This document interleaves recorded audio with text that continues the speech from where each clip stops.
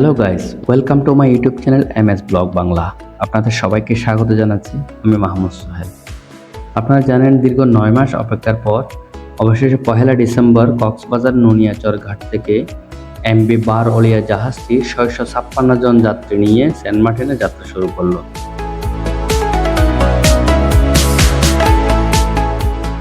এর আগের ভিডিওতে সেন্ট মার্টিন ভ্রমণে সরকারের যেসব বিধিনিষেধ ছিল তা আমি আলোচনা করেছিলাম।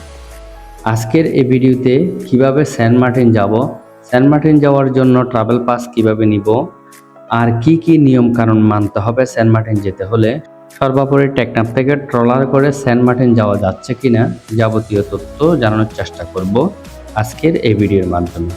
তাই ভিডিওটি না টেনে সম্পূর্ণ দেখার অনুরোধ রইল। ভালো লাগলে লাইক ও শেয়ার করবেন।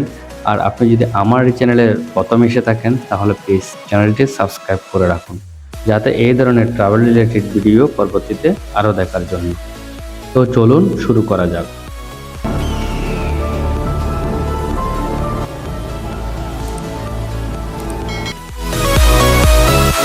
সেন্ট মার্টিন বাংলাদেশের একমাত্র প্রবাল দ্বীপ নামে পরিচিত এই সেন্ট মার্টিন দ্বীপ।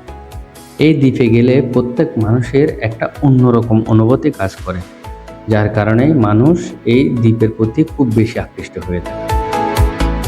সেন্ট মার্টিন যেতে হলে আপনাকে হয় কক্সবাজার থেকে জাহাজে যেতে হবে, অথবা টেকনাফ শাহপরীর দ্বীপ থেকে ট্রলারে কিংবা স্পিড বোটে যেতে হবে।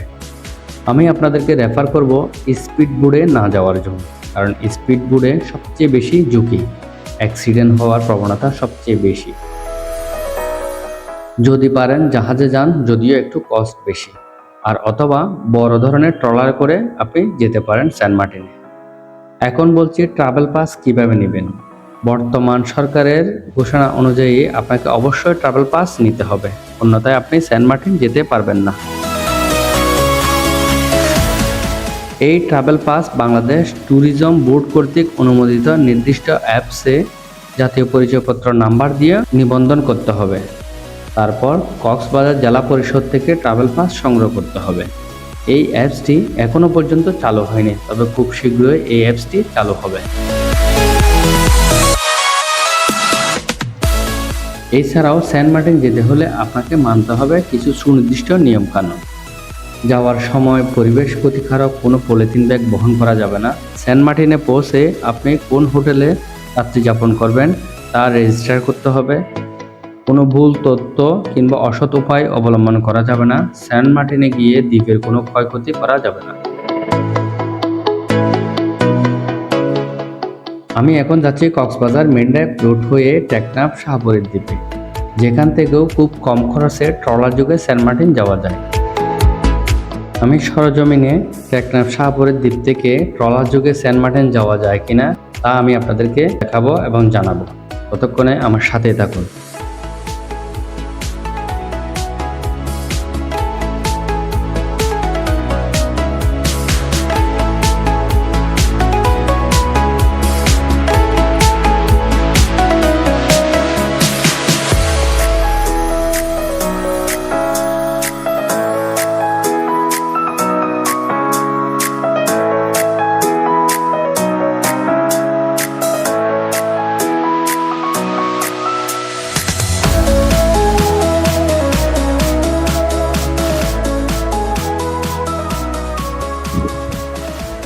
গাইস, আমি এই মুহূর্তে আছি হচ্ছে টেকনাফের পাশে, অর্থাৎ সমুদ্র সৈকতের। দেখতে পাচ্ছেন এখানে অসংখ্য মানুষ।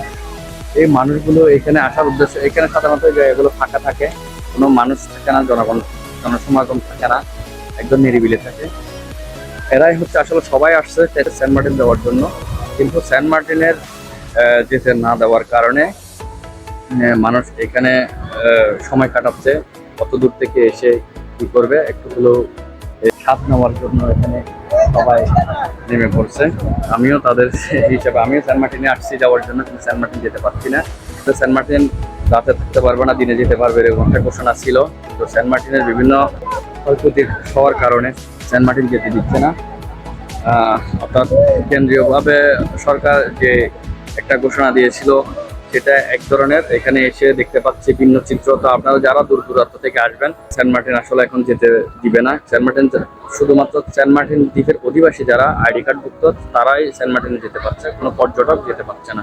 তো আমি আপনাদেরকে এই ভিডিওর মাধ্যমে সেন্ট মার্টিনের এই তথ্যটা আপনাদের সাথে শেয়ার করলাম। আমি নিজে আসছি সেন্ট মার্টিন যাওয়ার জন্য। এর আগের ভিডিওতে সেন্ট মার্টিন আমি গিয়েছিলাম, যে সেন্ট মার্টিনের একটা ভিডিও দিয়েছিলাম। তো আমি আবার একটা ভিডিও দিব, বলছিলাম যে সেন্ট মার্টিন যেতে পারছি কিনা সেটা তথ্য আকারে আপনাদেরকে একটা ভিডিও দিব বলছে, কিন্তু আমি এখানে একটু বলছিলাম যে সেন্ট মার্টিন যেতে পারছে না, তাই আপনাদেরকে এটা জানালাম। আপনারা দূর দূরান্ত থেকে আসলে সেন্ট মার্টিন যেতে পারবে না। স্বয়ং সম্পূর্ণ 100% তথ্য সহকারে যেতে পারছে এরকম তথ্য ছাড়া তাহলে আপনারা কখনোই আসবেন না সেন্ট মার্টিনের উদ্দেশ্যে। এমনি অন্যান্য জায়গা প্লেস করার জন্য হয়তো আসতে পারবেন, কিন্তু সেন্ট মার্টিনের উদ্দেশ্যে আসলে আমি মনে করবো শুধু শুধু বোকামি হবে, কারণ চিনতে দিচ্ছে না। অনেকে হয়তো ইউটিউবের মধ্যে সেন্ট মার্টিন যেতে পারবে বলে আগের ভিডিও আপলোড করে থাকবে, বলে থাকবে, কিন্তু আসলে এটা সত্য নয়। সেন্ট মার্টিন তো আমি আপনাদেরকে এই জিনিসটা আসলে একদম নিজে এসে আমি আপনাদেরকে জানালাম। তো গাইস, আমার এই ইনফরমেশনের মধ্যে দিয়ে যদি আপনারা যদি উপকৃত হয়ে থাকেন, আপনারা পরবর্তীতে আরো আপডেট পাবেন। আমি সেন্ট মার্টিনে যখন যেতে দিবে তখন আমি আপনাদেরকে আবার নিজে এসে আপডেট দিব ভিডিওর মাধ্যমে। আমার এই তথ্যের মাধ্যমে যদি আপনারা যদি কিছুটা উপকৃত হয়ে থাকেন, তাহলে আমার এই চ্যানেলটা একটা লাইক দিয়ে আপনারা সাবস্ক্রাইব করে নেবেন, সাথে থাকবেন পরবর্তীতে আরো আপডেট জানার জন্য। গাইস, এই মুহূর্তে টেকনাফ থেকে ট্রলারে করে ঠিক আগের মতো সেন্ট মার্টিন যাওয়া যাচ্ছে না। এটাই ছিল আপনাদের জন্য আমার তথ্য। সেন্ট মার্টিন যেতে হলে আপনাকে অবশ্যই অনলাইনে জাতীয় পরিচয়পত্র দিয়ে নিবন্ধন করে ট্রাভেল পাস নিয়ে জাহাজে করে যেতে হবে।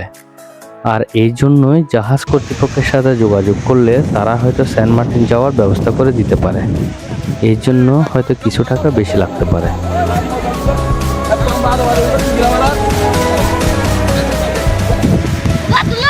গাইস, আমি সরাসরি টেকনাফ এসে আপনাদেরকে সঠিক তথ্য দেওয়ার চেষ্টা করছি। এটাই ছিল আমার কাছে শাহপরীর দ্বীপ থেকে সেন্ট মার্টিন যাওয়ার তথ্য। শাহপরীর দ্বীপ। পরবর্তীতে এই শাহপরীর দ্বীপ থেকে ঠিক আগের মতো ট্রলারে করে যদি সেন্ট মার্টিন যাওয়া যায়, তার তথ্য আমি আপনাদেরকে আবার আরেকটি ভিডিওর মাধ্যমে জানাবো। কারণ আমি নিজেই বসে আছি সাধারণভাবে সেন্ট মার্টিন যাওয়ার জন্য। ততক্ষণে ভালো থাকুন, সুস্থ থাকুন। পরবর্তীতে সরজমিনে সেন্ট মার্টিন যাওয়ার সঠিক তথ্য পাওয়ার জন্য আমার চ্যানেলটি সাবস্ক্রাইব করে রাখুন। ধন্যবাদ।